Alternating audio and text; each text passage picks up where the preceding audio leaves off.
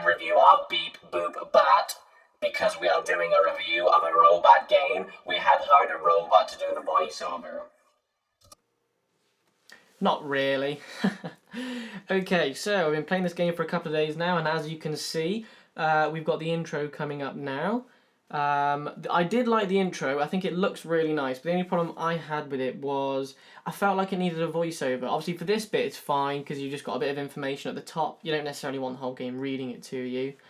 But you'll see in a few seconds time that you've got like a couple of characters or a couple of things like speaking to each other. We'll get it in a second. But overall, just as a little overview, I've been very impressed with the game. I really like it as well. I think it has really good potential to be a very good game. So that's always a good positive start the game on. Anyway, so here we go. So we have a couple of things here that's like, what seems to be the problem down there? They're probably not going to speak like that, but you know, you're just throwing some ideas out there. Yeah, anyway, I like the idea of the game. So, actually no, I'll just say things as they come up rather than just going for it.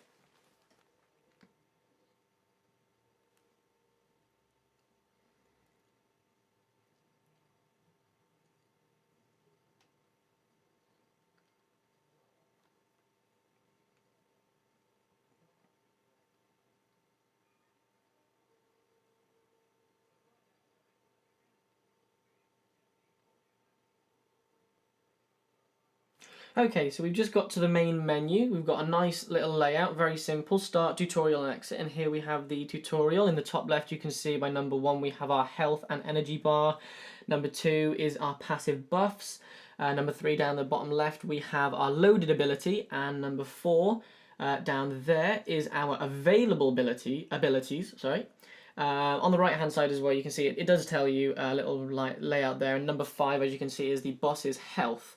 So a very basic tutorial, just tells you what you kind of need to know, left click shoot, things like that. So, I mean the game's not too complicated, so I guess that's fine. Okay, that brings me to one of the first problems I did have. As you can see on screen, I was having a bit of trouble with the buttons. They do seem kind of unresponsive. You might see here with the launch, the launch one here as well. The left hand side of it seems to be responsive and the right hand side seems to not be as responsive. Anyway, let's get in. So one of the first things that I did notice was that the aiming seems to be slightly out of calibration. I don't know whether this is just with the mouse and WASD controls I'm using, but you can see that my mouse is clearly to the left of where I was shooting the buzzsaw. That's what I called it anyway. And then we've got the rolly wheel, which is a great, I love that enemy. It's so annoying, it just runs into you and half the time you can't even stop it. And those ones, I didn't have a name for those, I might name those in this episode. But anyway, moving on. So one of the next things I was looking at is I want clearer game objectives in the game. I don't know whether it's just me, but the clearer game objectives would be nice. I mean, I like the layout of it, but it does seem to be slightly confusing at times because you've got little boxes. I don't know whether you saw that in the bottom right just a few seconds ago. There was a box with a, there you go, it's in this frame now. It's a respawn point for robots and enemies, and in a few seconds I'm probably going to show you that I take out one of the ones in the bottom left, and you can't kill it. It will keep respawning enemies, which is fine up until the boss appears, because obviously you need 1,000 points to initiate the boss's arrival in that box that you've just seen in the top of the screen. But I do want clearer game objectives, because when I was first playing it, I was like, why are there boxes with red health, and do I just keep killing things? Do I, there should be, you could put up an objective that says score 1,000 points to get to the boss, and then obviously you've got a cutscene there anyway, so you can have the boss then comes in, and then a certain number of robots then spawn and respawn every so often, but that should be it. There shouldn't be a huge amount of them coming, because then when you're taking on the boss, you've got the boss, you've got random enemies, and then you're thinking like, oh, do I take out the respawn point? And then you realise, yeah, it's where you fire. and you realise that there's not really much point in taking out the respawn points because it takes so much effort and ammunition of any good weapons that you have that it's not really worth it.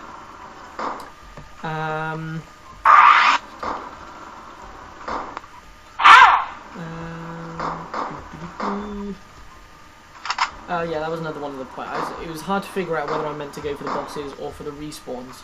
But obviously the respawns don't have a limit, so there's not really much point going for the respawns. You'll see it when the boss comes up soon. There's an unending amount of enemies, which I suppose it does add a level of difficulty to the game. But I suppose that's another shout, is that you might want to add level difficulties to the game. I think I saw this on the info that gets the info pack with it. And you need little info boxes to tell you what you've just picked up. So, ooh, the boss has come out. Yeah, cool. So we've got the Summon Turret, which is a great enemy. I like it because obviousit fires really heavy lasers at you, but infrequently. I just got hit by one sending me on fire.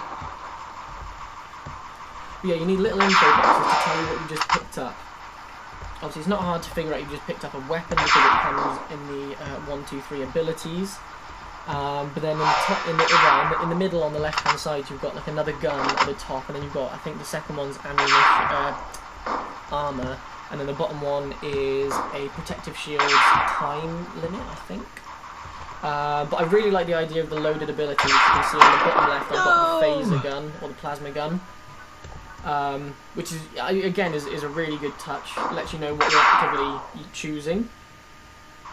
I love the blowing up animation. I really like that. Also, enemies. I felt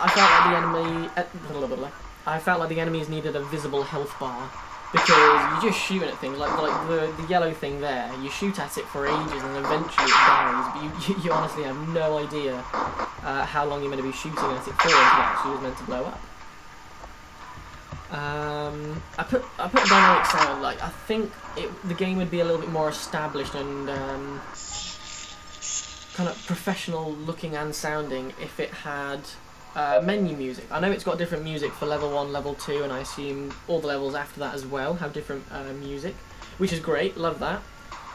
Also, I love the sound effects for all the different guns. I really love that.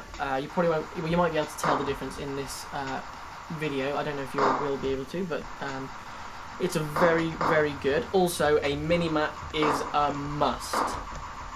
I really like the roller wheels. They're really, really good, but the only problem I have with them is that it's very hard to dodge, like that one that just came in and sat on me. It's very, very hard to actually avoid them if you don't know they're coming and they're coming full whack. I suppose that is the point. It's meant to be difficult. But again, I would like a little bit of a warning.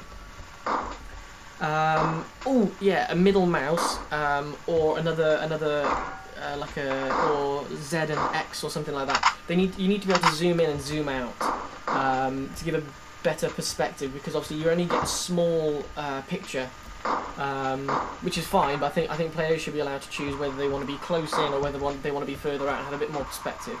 Again, that could also be added into the difficulty pack if that was to be created. You know, the harder it is, the further in you get and the less time you've got to respond. But I think this is very close in, and I think as a player I would like to either be able to choose to zoom in, zoom out, or you know, the easier difficulty allows you to see more of the map. I like the different enemies, yeah, and then I did put on here possibly more different ones, but that's because I struggled with level 1 for quite some time. But yeah, you've got a couple new enemies in here. You've got Grabby, what I call it, Grabby Claw, which is one of those that I've just killed there. I do like the different enemies. They're all very, very good. Also, yeah, when you get to the end of your lives, when you're down to 0 lives, a game over screen would be really helpful. You'll see near the end of the video when I actually die that it just leaves you feeling a bit empty and a little bit like, oh, I died. What next? I mean, I know this is only a little beta version of the game, but a game over screen would be really cool. But also with that, I thought stats a statistics analysis of what people did, because everyone loves statistics in games anyway. And you could check all the kills that you got with different weapons, including like the ability 3 blow-ups and things like that.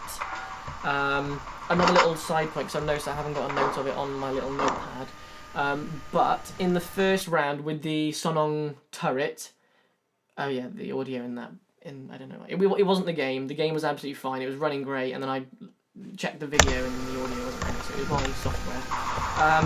The Sonong turret, it needs to be able to damage your enemies as well. If it's going to be full respawn, they need to be able to damage the enemy so that you can hear the turret shoot something, and then you can, because you know where it is roughly, you can move enemies into the line of its fire. With chops, the boss in here, where you've got multiple arms with blades.